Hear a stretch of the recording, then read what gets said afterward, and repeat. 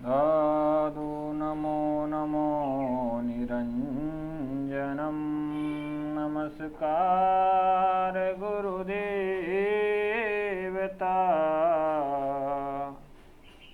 वन्दनं सर्वसाधवा प्रणामं परङ्गत परब्रह्मा परापरं सोममदेव निरञ्जनं निराकार निर्मलं तस्य दादुजीवन्दनं। जय गुरुदेव भगवान की जय, दादू दयाल जी महाराज की जय। जब से भगवान के दर्शन हुए, भगवान का उपदेश गुरुदेव दादू जी को मिला, सबसे दादू जी का मन किसी भी कार्य में नहीं लगता था। दादू जी हरि नाम लिया करते थे और भगवान की उस स्थान पर जाकर प्रणाम किया करते थे। इसी क्रिया को करते करते 7 वर्ष बीत गए और 18 वर्ष की आयु में पुनः भगवान ने दादू जी को दर्शन दिया और कहा कि अब गृह त्याग करके राजस्थान प्रांत में भक्ति का प्रचार करो और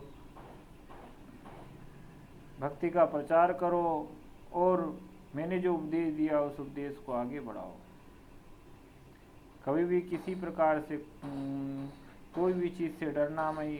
कहीं संकट में भी अगर फंस जाओ तो आप डरना मत, विचलित मत होना, क्योंकि हर समय मैं आपके साथ खड़ा हूँ, मैं आपकी मदद करता रहूँगा। आप धैर्य के साथ मेरी भक्ति का प्रचार करते रहना। आपको कई असुर प्रवृत्ति वाले लोग मिलेंगे, उनको भक्ति का पाठ पढ़ाना है और राम नाम महिमा का प्रचार करना है। इस प्रकार भगवान ने पुनः उपदेश दिया और दादू जी महाराज को संकेत करके अंतर ध्यान हो गए। जब दादू जी महाराज ने भगवान का आदेश सुना तो घर आए। घर आने के बाद दादू जी महाराज अपने पास जो कुल संपत्ति थी माता पिता की दी हुई, वो संपत्ति लोगों में दान वितरण करने लगे। संतों को भोजन कराते, गौ माताओं को चारा घास की व्यवस्था करते, दुखियों को वस्त्र देते। इस प्रकार सारी संपत्ति धन वैभव सत्कर्म में लगा रहे थे। दोनों हाथ से दादू जी महाराज अपना पूरा धन संपत्ति लुटा रहे थे। ये बात परिवारजनों को अच्छी नहीं लगी। दादू जी महाराज को बार बार बहुत समझाया गया, लेकिन गुरुदेव दादू जी महाराज नहीं माने। जब धन संपत्ति दादू जी महाराज लुटा रहे थे तो माता पिता ने भी रोका कि बेटा ये तेरी है, इसे क्यों लुटा रहा है। तब गुरुदेव दादू जी महाराज ने अपने माता पिता को समझाते हुए कहा कि माताश्री पिताश्री, ये तो परमात्मा की है, मेरी कहाँ है। और परमात्मा की का धन संपदा सत्कर्म में इसी प्रकार लगाई जाती है, इसे इकट्ठा रखने से क्या फायदा। मैं तो हरि भजन के लिए आया हूँ। इस प्रकार की बात जब उनके पुत्र के मुख से लोधीराम जी नागर ब्राह्मण देवताओं ने सुनी तो बेटे को अलंकित कर लिया। माता पिता बेटे को अलंकृत कर दिया। जैसे ही दादू जी महाराज के सीने से लगे, उनके मोह भंग हो गया और माया जाती रही और उन्हें पूर्ण ज्ञान हो गया। दादू जी महाराज को पुत्र रूप में पाकर ब्राह्मण देवता धन्य हो गए। माता को मोह ज़्यादा होता है तो माता इस बात को स्वीकार नहीं कर रही थी। जब ये देखा दादू जी महाराज ने कि माँ स्वीकार नहीं कर पा रही है, तो माता पिता को दुखी देखकर दादू जी महाराज ने ब्रह्म ज्ञान जो भगवान ने अपने वर्क दिया था, उस उपदेश को दादू जी महाराज ने उन्हें संपूर्ण रात्रि समझाया और उन दोनों में ज्ञान प्रकट किया और भक्ति दी।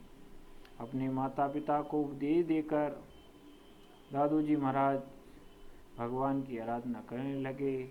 इस प्रकार दादू जी महाराज संपूर्ण रात्रि भगवान के बारे में और भगवान के विषय में और भक्ति के मार्ग की सारी विषय में अपने माता पिता को समझाते रहे। जब भोर हुआ तो दादू जी महाराज ने वस्त्र भी त्याग दिए और सफ़ेद वस्त्र धारण करके घर त्याग की तैयारी कर ली। जब घर त्यागने लगे तो माता ने कहा, पुत्र तुम तो जा रहे हो, हमारा क्या होगा। इस प्रकार की बात जब माँ की बात सुनी, पिताजी को ने निहारते हुए कुछ नहीं बोला। जब ब्राह्मण देवता कुछ नहीं बोल पाए और माता जी की ये शब्द सुने तो दादू जी ने कहा, माँ पिताजी आप चिंता ना करें, परमात्मा आपको सद्गति देंगे और परमात्मा आपकी रक्षा करेंगे। मैं तो परमात्मा का सेवक हूँ, आप सब खुशी से रहे और राम नाम भजते रहे।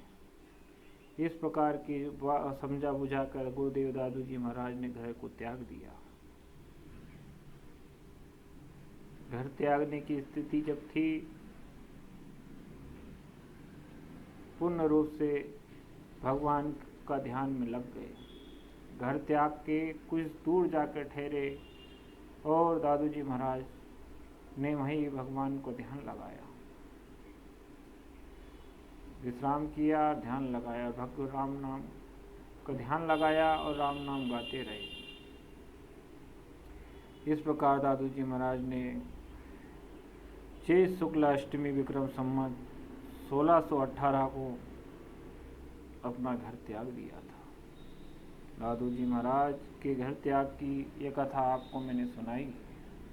आगे जो भी त्रुटि हो इसमें उसे सुधार कर लेना और आगे मेरा इस वीडियो को भी लाइक और सब्सक्राइब कर देना। आपका ही भरोसा है और आप ही इस भक्ति चैनल को आगे बढ़ा सकते हो। दादू राम सत्य राम, दादू राम सत्य राम, दादू राम सत्य राम, दादू राम सत्य राम, दादू राम सत्य राम।